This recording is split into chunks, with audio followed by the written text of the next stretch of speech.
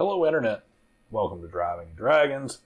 It's Daniel, and I'm here with a little bit of an announcement slash recap video for the week, going over some of the various things that have happened in the TTRPG world over the past week, predominantly on Twitter, where the world goes to explode.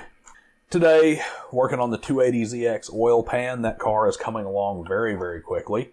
It's running smooth now. I can crank it up and let it run for a couple hours today.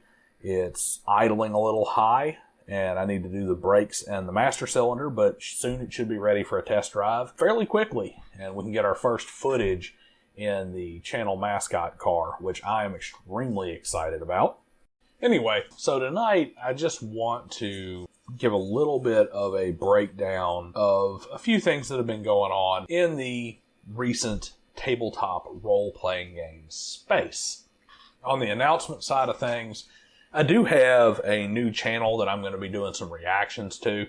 It's a smaller channel like mine, a couple hundred subscribers, I think, and they've got some pretty interesting videos on obscure role-playing games and OSR stuff, so I'm going to go ahead and do some reactions to that. But let's start off with a little bit of a rundown of some of the stuff that has been going on in the role-playing game space online here in the past week or so. First things first, I am so heavily disappointed with Bob World. I knew he was 5e. I knew he was, mainstream cookie cutter type content. He had some good stuff. He has a lot of good stuff out there about world building and a lot of more in-depth stuff in the tabletop role-playing game space, especially for game masters. So I've always really liked Bob Worldbuilder quite a bit, but the unbelievable shillery that he has shown for Daggerheart is really disheartening for me, because I listened to his video on the Daggerheart combat system, and it rings so hollow. I don't think he's paid by Critical Role per se, but Bob Worldbuilder just really sold out on this one, because he went over the Daggerheart combat system mainly. And he's playing with Ginny D, and they're just as cool as you thought they'd be. Really, because Ginny D's kind of a generic hack. That's why I call her generic Ginny D. It's because she's really a hack, and she is a failed cosplayer who found out that there weren't a lot of, quote, D&D cosplayers. And she's like, I'm only like a 6 as a cosplayer, but as a D&D cosplayer, I can be a 9 or a 10. I can get a whole bunch of people to follow me, mainly because I'm a chick. And that's what I'm going to build my brand off of. And I'm just going to wholesale fillet Wizards of the Coast. Bob the World Builder is just playing the human centipede attached to that, which really hurts my feelings on that. Really kind of makes me lose some respect there. And when he was talking about Daggerheart, and this is really what made me lose the respect, is he's talking about the Daggerheart system, in particular the combat system, and how there's no initiative order. It's just do whatever the hell you want to and turn in these little tokens. And he's going on and on about how it works really well, and you'd think it wouldn't work, but it works so good. And it was just another Candela Obscura nonsense from Critical Role. This is a combat system that only works if you have a group that is very, very story-focused, very, very goal-oriented, where everybody is moving in the same direction. It is the kind of system that collapses and causes hard feelings and will not function with the majority of regular groups. The fact of the matter is that you have to have more rigid rules in place for the general gaming population, because there's two groups that this is not going to work with, and they happen to be the two biggest groups that are out there. You have your casual gaming group, where it's not going to work because they're going to sit around with their thumb up their ass and be kind of confused by it of, well, who goes first? Will you go first? Will you go first? Will you go first? Will you go first? They don't really have that because they're not thinking in terms of an overarching story and of producing a product to sell on YouTube to get views. They're thinking of playing a game, and they're trying to, well, there's no rules for how to determine. You're going to end up with tables where they literally have 4 players and they roll a damn D4 and whoever gets the highest gets to go first. And they're going to replace the initiative system with kind of their own initiative system because it doesn't have one. And the other group is your actual hardcore gamer group, and they need and want a definitive rule system to say who gets to do what first and who doesn't. And these are the kind of players who are going to get irritated. Well, what you did is going to mess up what I was going to do, and this is bullshit. I should have been able to go first because I'm this, that, or the other, and you just spoke up first, or the GM just let you go first, and he's picking on me. He should have let me go first. And, because you messed up my optimization for my whatever cycle of feats and abilities I'm going to use. It optimizes my character, and because you did this, it's going to be that problem. You're going to have those fights at your table with this bullshit, no initiative, no way to determine who goes first system that Daggerheart has come up with trading tokens. Now, I'm not going to break into that. I don't want to waste a bunch of time going into the details of the Daggerheart system. You can look at Bob Worldbuilder's video, or you can go to OGGM, who kind of spoke about it. But the long and short is there's no initiative system. It's just kind of you do what you want to and you hand the GM tokens. And then if you happen to roll a bad luck roll, oh my God, the bad guys get a turn and they can use their action tokens to do stuff.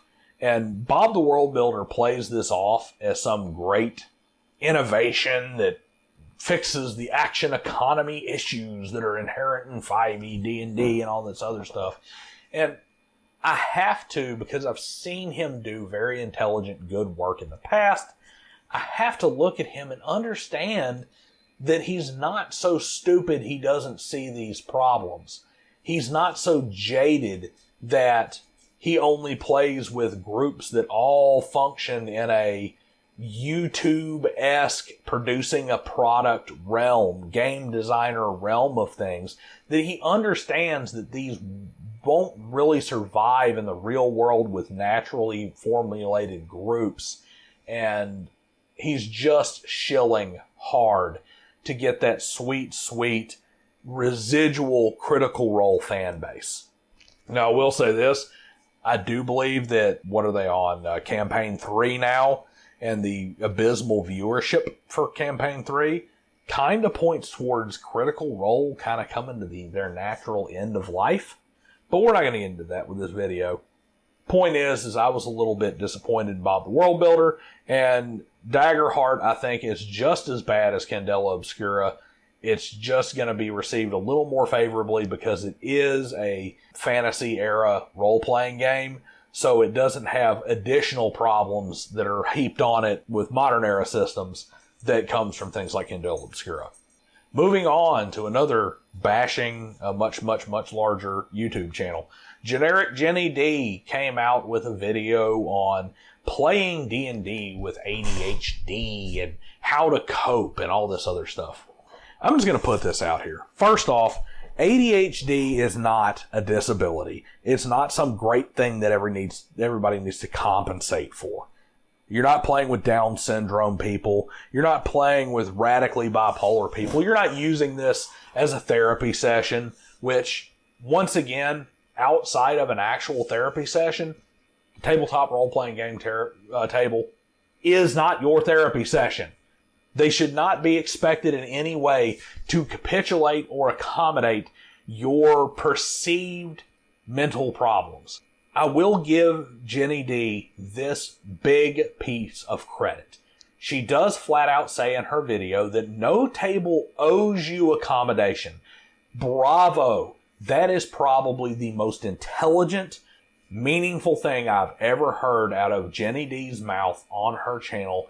Bravo, girl. You're absolutely right. Nobody owes you any kind of accommodation or understanding, and if you don't get it, you should just move on to the next table. That said, ADHD is the most falsely overdiagnosed bullshit on the planet. 9 out of 10 kids diagnosed with ADD do not have ADHD. They have, I'm a kid and I'm bored with school. But the system is set up for give them a pill, give them a diagnosis, give them an excuse, and move forward. Most of them are just bored kids. They're not ADHD. They don't have a chemical imbalance in their brain. The people who do have the chemical imbalance are far rarer than the diagnosis is. And the biggest problem you get in the tabletop role-playing game space with this kind of bullcrap is the same thing you get with most of the online world and most of the world today in general. 99% of these people are self-diagnosed ADHD, self-diagnosed bipolar, self-diagnosed PTSD or whatever. They don't have any actual diagnosis because they don't really have a condition. They just want an excuse. And the fact of the matter is that ADHD, the whole thing, what you need is a little bit of discipline and a little bit of consideration for your fellow player, and that's it. Put your damn cell phone down. Don't goof off and be distracting at the table. Play the game. And you know what? If you don't really enjoy playing the game, just be an adult and say, you know what? This game doesn't really keep my attention. I'm not really that into it. So I'm going to go play video games instead. Y'all call me for movie night and give my seat at the table to somebody who actually wants to play these games. We don't need to sit here and pretend like the tabletop role-playing game table is where you need to capitulate and accommodate and bend and manipulate everything to make everybody else better. And while there are some good tips in Ginny D's video, there are some good things that are actually good for any player. At the end of the day, it's not, surviving with ADHD. It's just being a decent player 9 times out of 10 and behaving in a way that is an adult manner of behavior. And when it comes to her asking for specific accommodations, allowing me to goof off on my phone at the table and that kind of bullshit, no. Be an adult, have some discipline, understand that whether it's hard or easy for you, you don't get to goof off and play on your phone, not because it's some great rule and the table's going to kick you out, but because you're being a rude asshole when you're goofing off on your phone at the table during other people's combat turns. You don't get that. ADHD is no excuse for it, whether you have a legitimate diagnosis or not. So, Ginny D in the ADHD video, seriously, cry me a damn river. Just behave like a damn adult. Next thing on the list, Wizards of the Coast has basically tried to erase Gary Gygax and Dave Arneson. They've done this. They come out and they're like, we're going to have a great thank you video to everybody who helped us with our 50th anniversary, yada, yada, yada, yada, yada. But we're never going to mention Dave Arneson. We're never going to mention Gary Gygax. We're going to erase them from memory. These are problematic straight white males from the wargaming community. We're going to delete everybody's questions. We're going to delete everybody's comments that have to do with him. We're going to pretend like they didn't exist because clearly before Mackenzie Darman and Connie Chang and the woke brigade of people who started playing Dungeons and Dragons 2 years ago and got hired at Wizards of the Coast, there was no Dungeons and Dragons. Just like the deck of many things.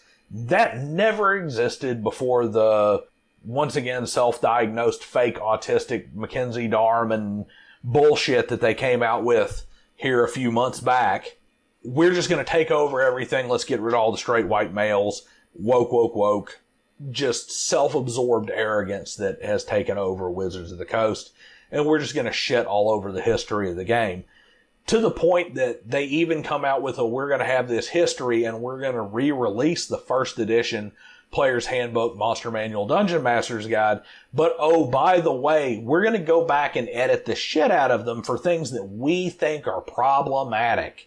Because, they were a product of a different time. You couldn't have just satisfied yourself by putting a paragraph in the front that says, hey, remember these were written in the 1970s, and maybe there's some things that are not exactly seen as politically correct today. Temper your sensibilities. No, they got to go in and start editing and changing everything and trying to rewrite history, essentially, because of their woke ideology. And this is just a slap in the face to the people that came before them. You can pay homage to those that came before and still recognize that they were incorrect about a thing or two. Albert Einstein is still greatly respected in the physics community, even though we have come to find out that he was wrong when it comes to things like black holes and quantum mechanics and that sort of thing. His theory of relativity was absolutely amazing until you get super, super, super tiny or super, super, super huge.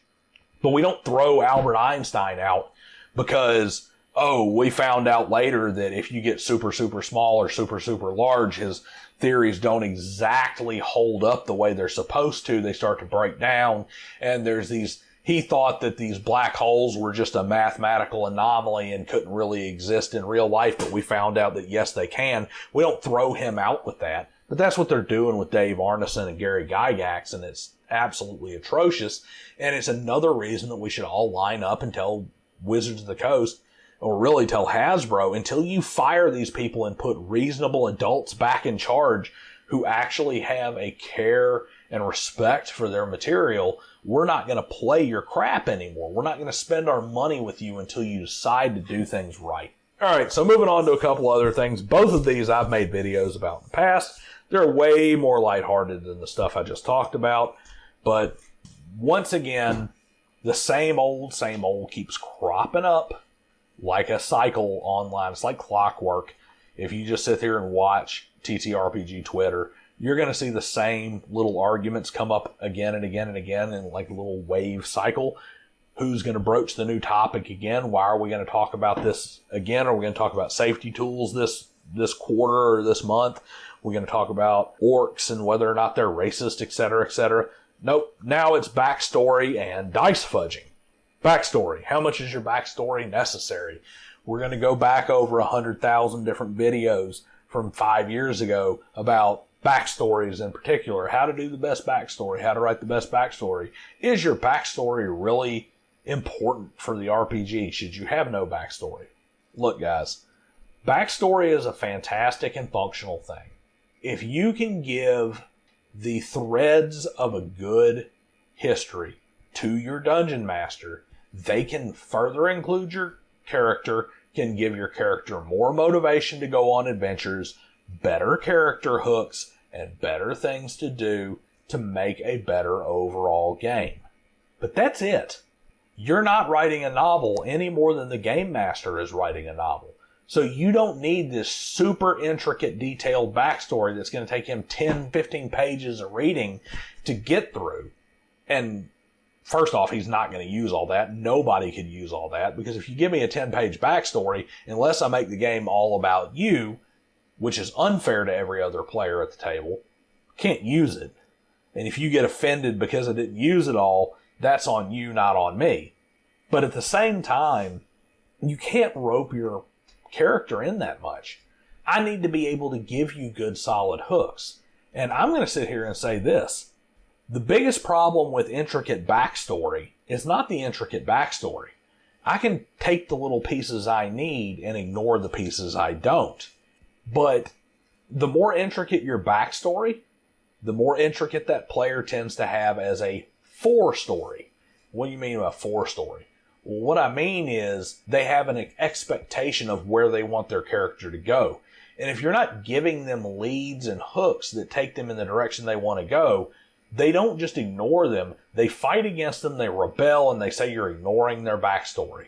It's like, no, I'm giving you hooks based on your backstory. They're just not guiding your character in the predetermined story you want, which is right back to the character agency issue or the player agency issue that we have in modern TTRPGs.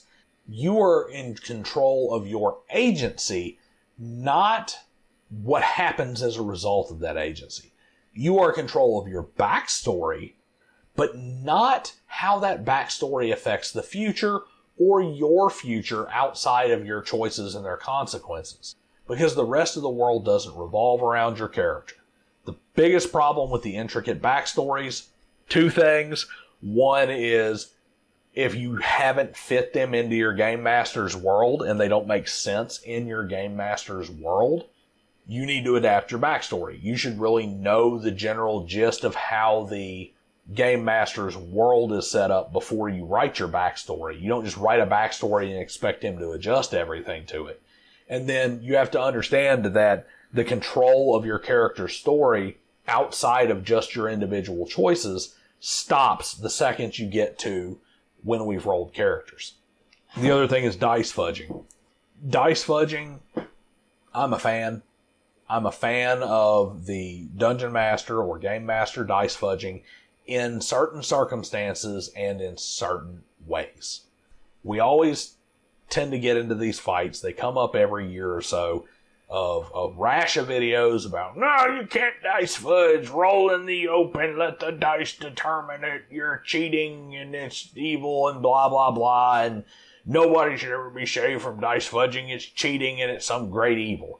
I'm going to agree with that if that's what the group has agreed to in advance, that this is the way we're going to play. But when you're looking at TTRPGs as a collaborative storytelling game, dice fudging absolutely should be a thing. However, dice fudging has to be very seriously tempered with a goal in mind. It has to be a goal for the overall story, and more importantly than anything else, forget the story. It has to be in service of the players having fun and having a good time. You can fudge dice that does not ultimately change the outcome in any way, but makes the game more fun. I'm going to steal from Seth Skorkowski here. Seth Skorkowski came out and he said in his video about dice fudging, he's had this example. The whole party is wrecked. The evil blackguard is across the way. There's one character who's left up. He's going in to fight. The dice roll and he's one-shotted and it's all over. This is unsatisfying for everybody. The party is thinking you overdid it. You set them up for failure and you didn't give them any grace. And the bad guys beat them to death before they ever got there, and it was all on one character's shoulder, and he got one-shotted, and that's all over. And then he does the dice fudge example, where they're going back and forth, and he dies. The character still dies, he still loses. But the rest of the players are like, man, you made it 4 rounds with the evil blackguard. Man, that was a great fight. You know, I may have gone down, but I went down swinging. It didn't actually change the result of the encounter, but it all came from, instead of him saying 50 damage, he said 12 damage. Instead of 3 hits, he said 1 hit, because he fudged the dice. And this is perfectly acceptable. Fudging the dice a little bit in order to make the game more enjoyable and more memorable is in no way a bad thing. On the same front, and this is something I use as an example in my own video, you're sitting here and you got a couple hours or you got an hour left of additional playtime and you don't really have the next section really fleshed out and written yet. You kind of know where it's going, but you're waiting on this week's adventure to inform your decisions and how you write the next part. The game session is expected to run till 5 p.m. and it's only 4 p.m. So you throw in some random encounter, some throwaway encounter that has nothing to do with the adventure at all, group of orcs or whatever. And it just so happens that that group of orcs doesn't roll any number lower than a 19 on a 20-sided die, and when they're swinging their great axes, everything's 11 and 12 damage, and you're about to have a TPK from a throwaway encounter that has nothing to do with anything and only really exists because you needed to, to control some time or stretch some things out and give them something to do. There's no shame and no problem with going into that scenario and just kind of carving things up a bit, and maybe those 11s and 12s were 1s and 2s. Maybe some of those 19s and 20s were 9s and 10s. And maybe those orcs had a few fewer hit points or a little bit lower AC and a couple of things. They, of course, you also combine this with bad choices where instead of them making optimal choices, they make some arrogant choices. This orc wasted his time taunting the player instead of attacking and that sort of thing. This is not a bad thing. But we're back once again on Twitter on the war over dice fudging and the wars over the necessity of and the depth of backstories. So that's what I got for right now. I'm going to come back with some great reactions to some other videos and some new channels here. But for right now, this is what's happening on Twitter right now and on TTRPG, YouTube, Twitch, whatever you want to call it, wherever you want to look. We just need to kind of get a handle on things. Bob Worldbuilder, I'm really disappointed in you. You shilled out, you sold out, and you know better. Daggerheart, this is once again built to make YouTube entertainment content, not to make a role-playing game. Ginny D, somewhere deep inside, you have some good, decent, generic advice, but ADHD BS, leave that crap behind. You know, quit coddling adults. And Wizards of the Coast, shame on you.